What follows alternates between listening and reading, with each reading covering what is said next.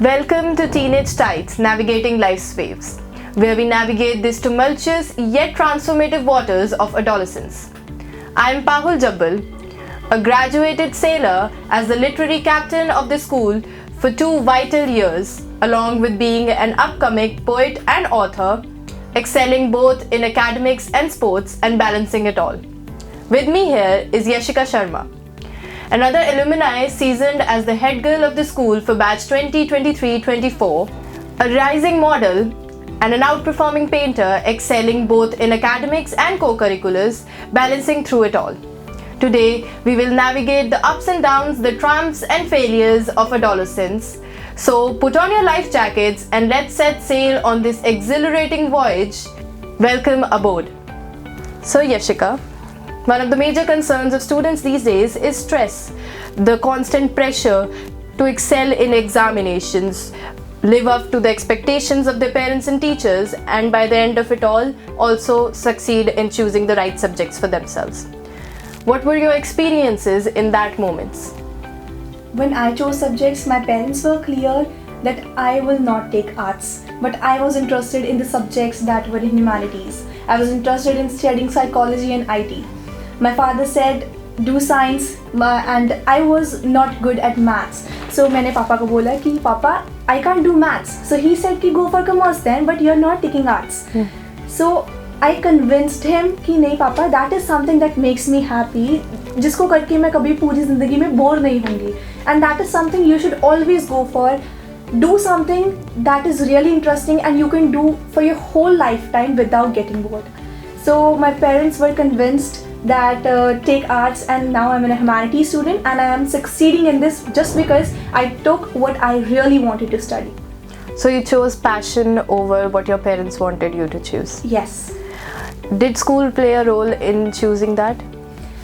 The school played a really significant role because my father was not getting convinced when I said that I want to take arts, because he said you are a really shining star of the school and you know intelligent people take science, so you should take science. That was my father's taboo, that take science because intelligent people go for science. But I said no papa, I will take arts because I know that is my field and I can do my best in that. So when there was a career counseling in our school, my class teacher convinced my father that yes, I have the potential to do what I really want to do. So my teacher convinced my dad कि इसको art दिलवाओ, she can succeed, and this is the result why I'm here and why I'm succeeding in life. I think there's an exceeding prejudice in the minds of our elders, including parents and teachers alike, that somehow choosing science and non-medical makes us more superior or status-wise more intelligent just because arts is easier, right? That's what people believe. Arts is easier, and even if we top arts, we can just do it studying for 2 days, while commerce takes a lot of pressure, non-medical takes a lot of pressure. The prejudice exceeds, and that leads to discrimination among children itself. The bullying faced by children in schools that are co-ed, including the schools that provide both science subjects and art subjects, is a constant theme in high schools. Did you face that? I definitely faced that because it was a rat race where all of the girls with whom I used to spend time till 10th, everyone took science, like everyone. मेरे पास एक भी दोस्त नहीं था अपनी class में when I took arts जिसके साथ मैं बैठ सकूँ और मैं बात कर सकूँ. सबने science Lee, but I stood for myself that no, that is my passion. I will stand for my passion even if I am alone, because at the end of the day it's me जिसने life को face करना है. So that is why I went against the stereotypes and all the prejudice that you are a topper, you should have taken science. But I never said that. You are a topper too. I would like to ask you that what was your opinion about this? Some way we were at the same platform, but yet the experiences were at contrast. You were still in the school that you studied all those years in. I was a newcomer. I didn't know anything about this school. Mostly chose this school because of the subjects that were offered. I didn't get the subjects I wanted in any other school available in the city itself. So I chose this one.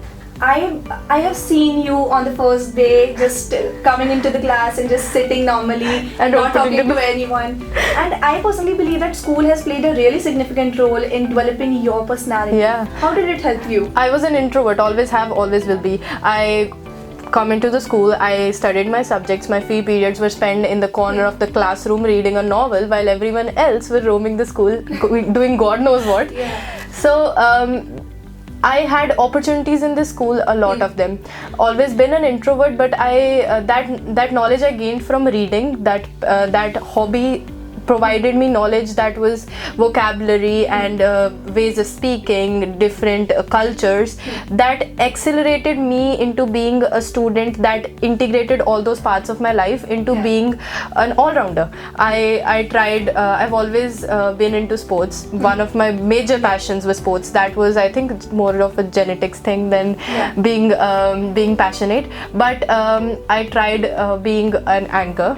I was always pushed to in comparing, and But you did really well in comparing, because you knew that you can do it and you did it.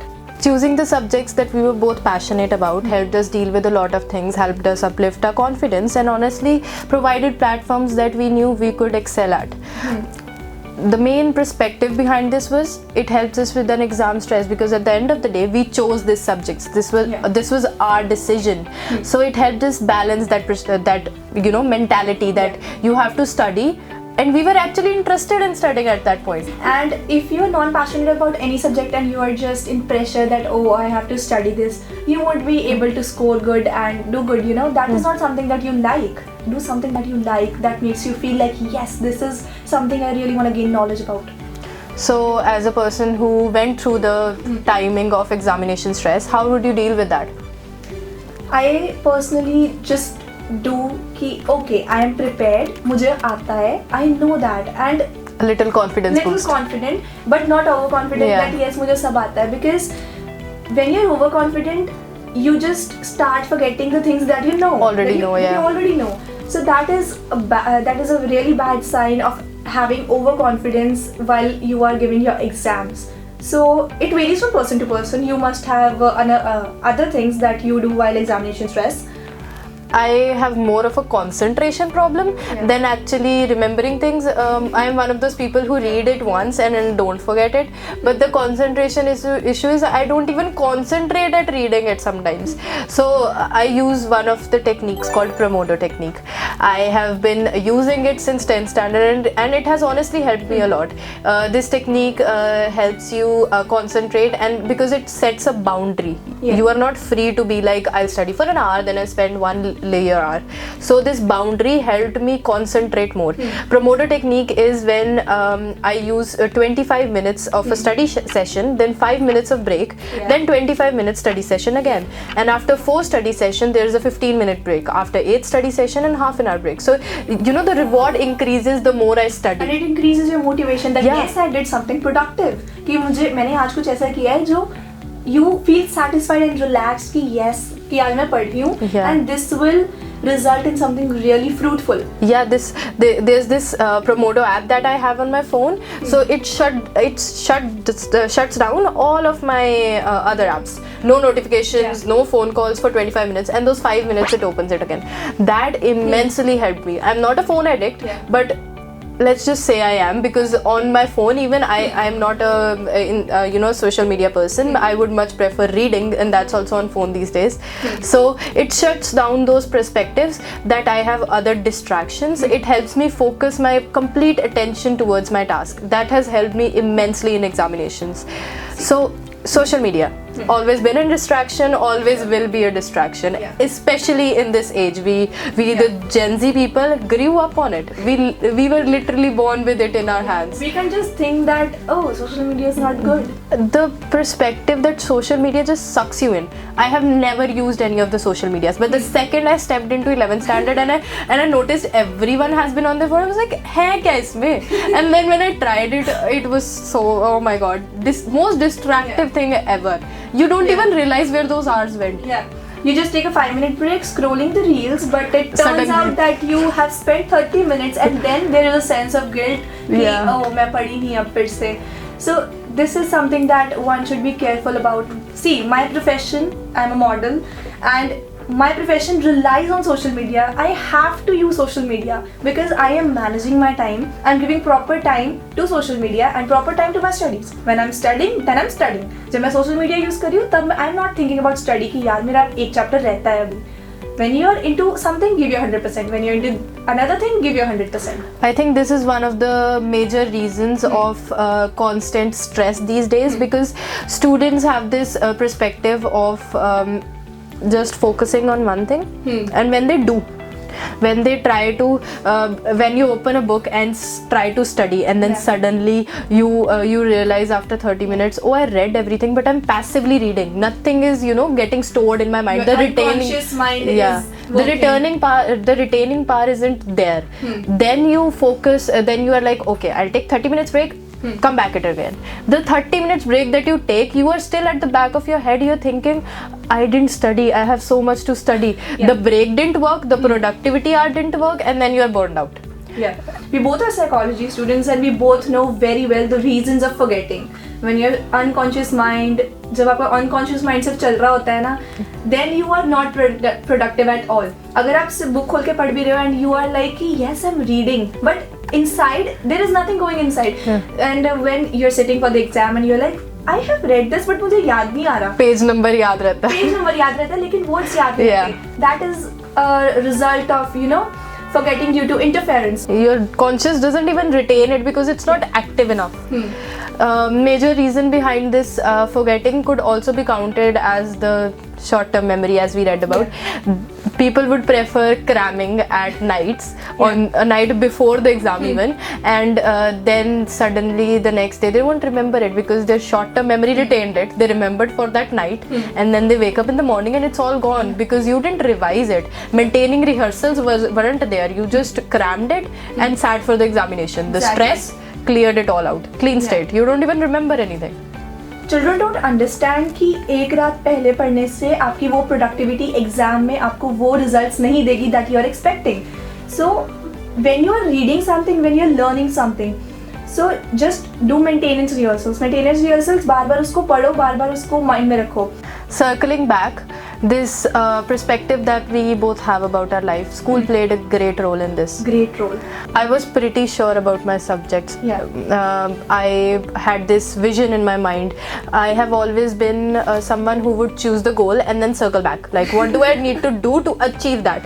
So I had this, I remember when I was maybe 13 years old, I read this book where it was about real life experiences of working class people in the government, how they handled certain terrorist attacks, right?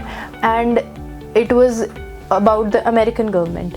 And those attacks they were referring to, they were handled through succession, through different people with different degrees. I was really interested in this. And then when I figured out what those degrees were, one of the major my attractions was forensic science. I was so interested in it. But as our curriculum, when we chose after 10th, said that we could only choose this, it's either medical, non-medical, commerce or arts. Now the next upcoming student have a lot of options.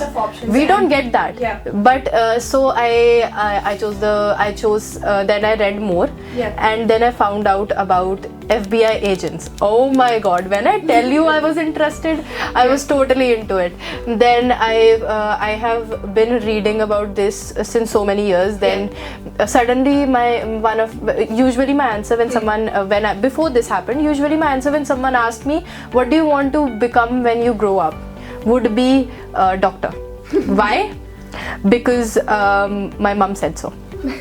See, it's really hype. Some professions are really hype, like doctors, engineers. I'm not saying they don't serve the community, but not everyone can. I have never heard children saying that I want to be a zoologist, I want to be a geologist, because they do not gain that popularity and the status, particularly that the children want to gain. So my mom was one of the people who thought that I was very intelligent, so I should Happened with me too. So I should be a doctor. Then I figured out about this special agents. Yeah. Oh my god. And then I started reading about what subjects I need to be masters or at least bachelors in to reach that professional position. What profession are you thinking about? Being an FBI agent. Being an FBI agent, great. So to get that, I needed to be at least masters in criminology. Then I circled back. What do I need to study in +1, +2 to opt for that university degree? Then it was sociology, psychology, maths. Now maths was all well and good. I loved maths in 10th standard. The school was really invested in teaching. Students these days have this constant pressure on their heads to act cool, to somehow fit in, upstage each other. There's no sense of healthy competition these days. And somehow they lose perspective of who they really are. Yeah. What's your experiences with that? I have seen my peers getting into wrong directions just because of the peer pressure. See, for them to meet the boundaries and these and what is the word? Standard. Okay. To meet the standards of the society, they are really very into it that yes, if I party, I'll be cool. If I don't party, I won't be cool.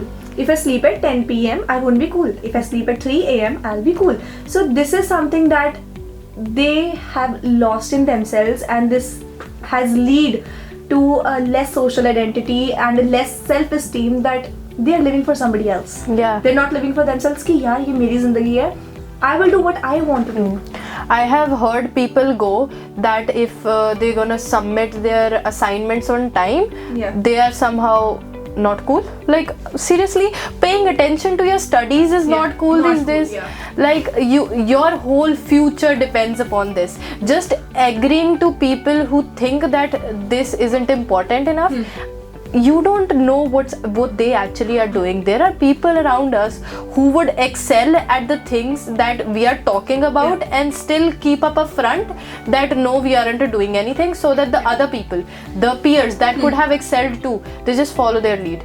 It's just that कि वो डरते हैं कि society क्या बोलेगी. They're trying to upstage. तो society क्या बोलेगी. But I think उनको बोलने दो, because at the end of the life, it's you. It's you who will succeed. And substantial abuse is a really bad repercussion of this. I have seen people getting into substantial abuse and saying that, oh, I am cool, and posting pictures like this because they just want to meet the standards of the society, which is not cool in any way. Somehow you are verbally abused if you are not part of it. Exactly. The most common. Bullied. Yeah.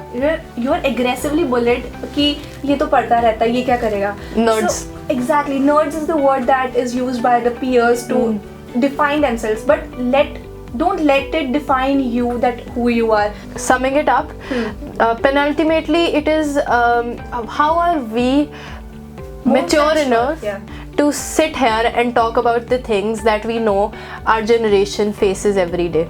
I think it sums up to our life experiences, the platforms we have been provided by our school, by our parents, the constant support we get from our peers, well, some peers, and the need to fulfill those expectations, to live for ourselves. Penultimately, how do you express that?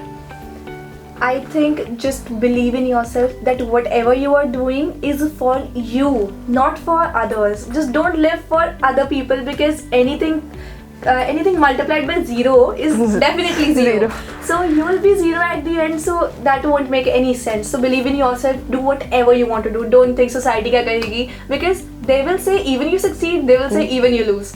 So don't think of that and believe in yourself. Just do whatever you want to do without any hesitation. Don't think of your relatives. And yes, you need some guidance. Don't do whatever you want to do. Take your guidance. You have parents, you have teachers, you have your peers who are excelling, and we are so different from our peers. Why? What do you think?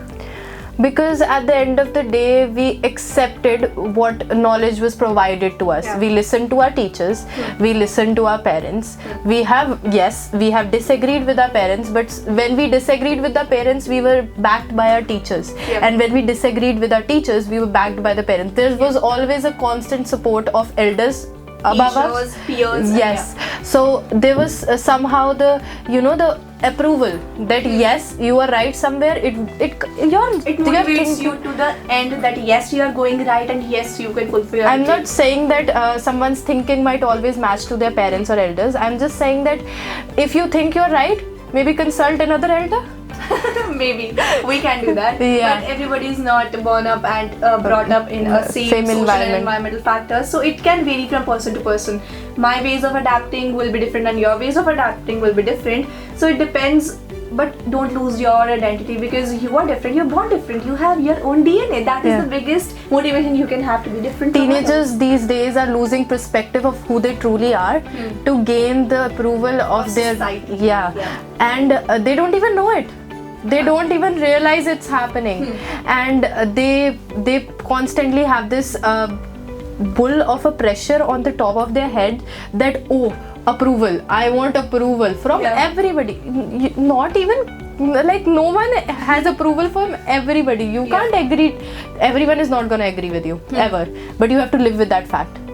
Summing up, I would say teenagers, well, they are stuck between the perfect age and the not so perfect age. They are not adults yet, they are not kids anymore, but it is difficult for parents to accept that our children are growing up, and it's difficult for children to accept that our parents might be right.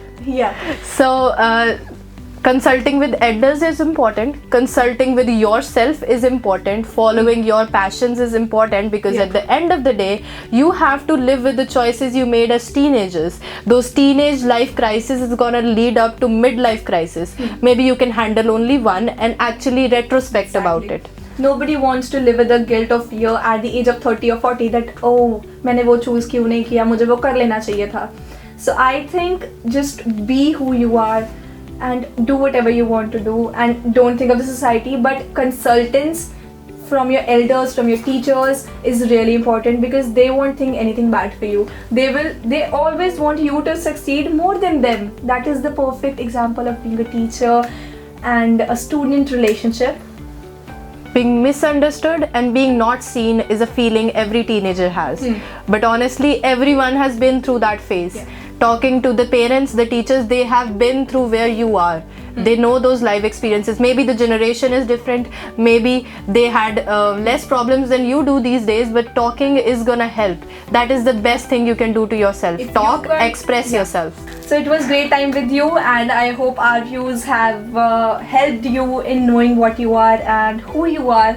And who you want to be. Who you want to be, exactly. So thank you for being here. Thank you for listening. Thank you.